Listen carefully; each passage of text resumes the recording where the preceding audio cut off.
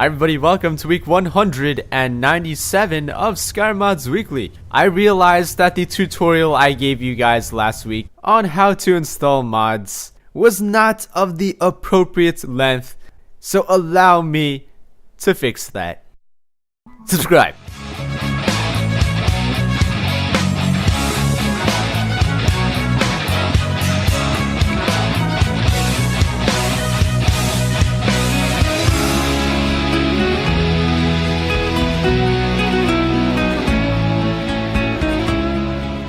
Radiant or dynamically generated quests are a great way to explore the world of Skyrim and get your lazy ass to go to new places. But, and these are some pretty huge buts, first you have to unlock the quest. By what?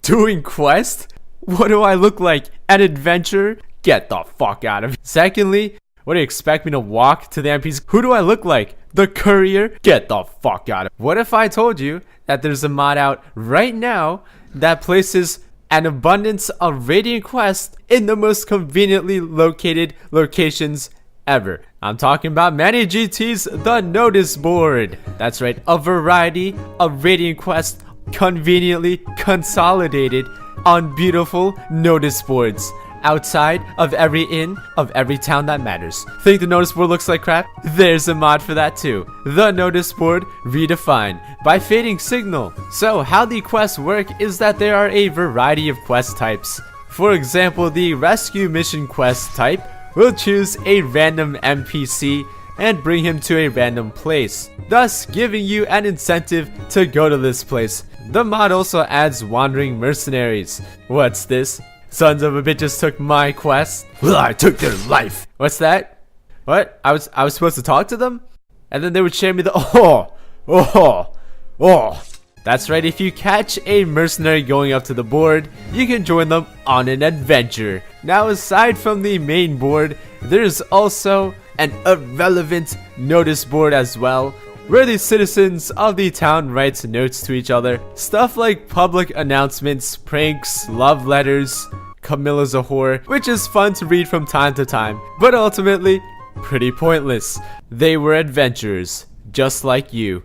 But one day, they stepped into a crypt, and they went in way over their heads. This is Hateful Wench! By the man that brought us immersive wenches as well as deadly wenches. So now, wherever you would expect just Draugr, you're gonna get a very delicious surprise in the form of a hateful wench, which actually take the form of two types of wenches. And did I forget to mention, this is probably the most confusing mod you will ever download. So there is a 50% chance that either an insane wench will spawn or a regretful wench. Insane wenches are like kamikaze fighters. They run up to you and then blow up and die.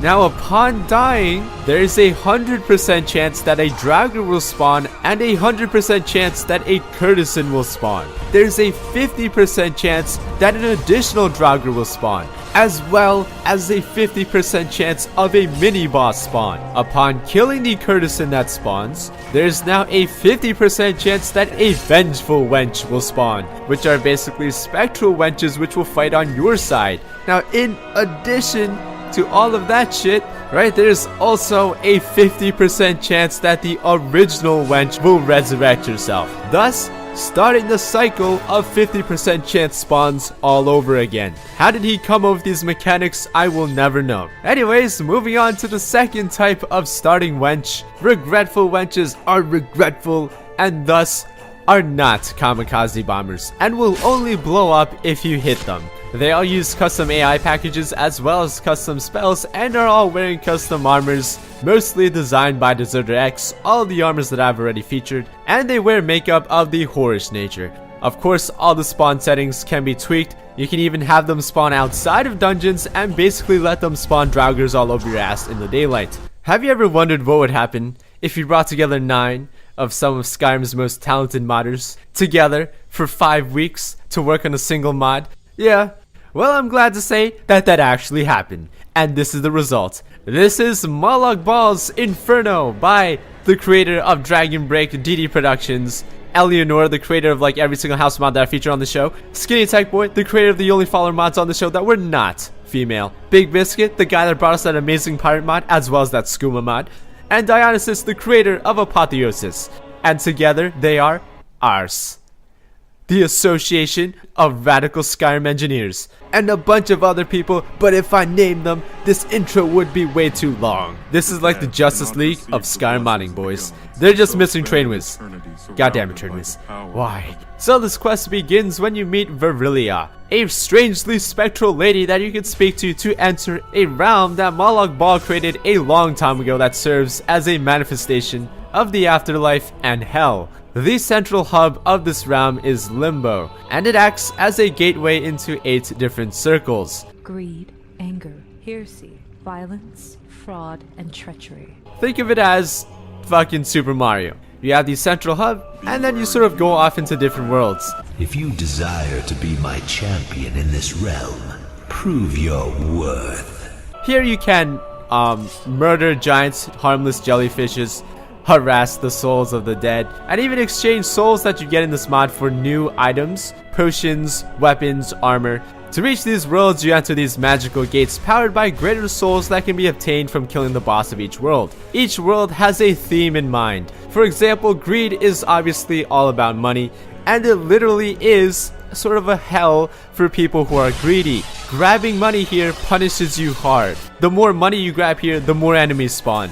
And the worse you perform in this world, the more money you will lose. Although there's about thousands and thousands of gold just laying on the ground for you to take, you will most likely leave this world poorer than you came in. The Hell of Greed was pretty much the most impressive hour of gameplay I've ever experienced. It was technically advanced, the scripting was absolutely insane. This was probably the highest level of Skyrim modding I've seen.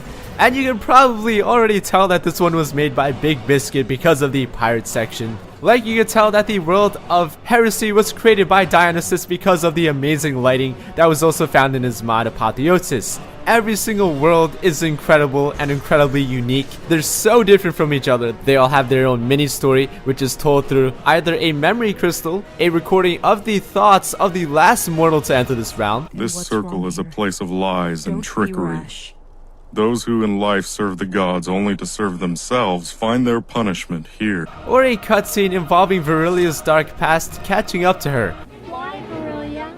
You can't stand to see what you did to me? To us? You cannot escape this. Watch. There was never a dull moment here. You know, every single map of every single circle was designed so well. And this is probably because each modder was responsible for their own world. So none of them were overwhelmed, and they were all able to spend all their time, you know, putting their effort into one concentrated and detailed piece of content. And it really showed. Not to mention, these are some of the more bizarre and creative modders of Skyrim. So there are definitely, you know, some really interesting things in here. You know, it's kind of like, what are you smoking? You know, because I want some of that. And I just gotta say, the anger hell was probably the most accurate thing ever. Walking into burn down Whiterun, kill everybody, kill Heimskr. The boss is Nazim, A++, would play again. One of the greatest mods ever created for Skyrim. Actually, fuck it, this is probably the best.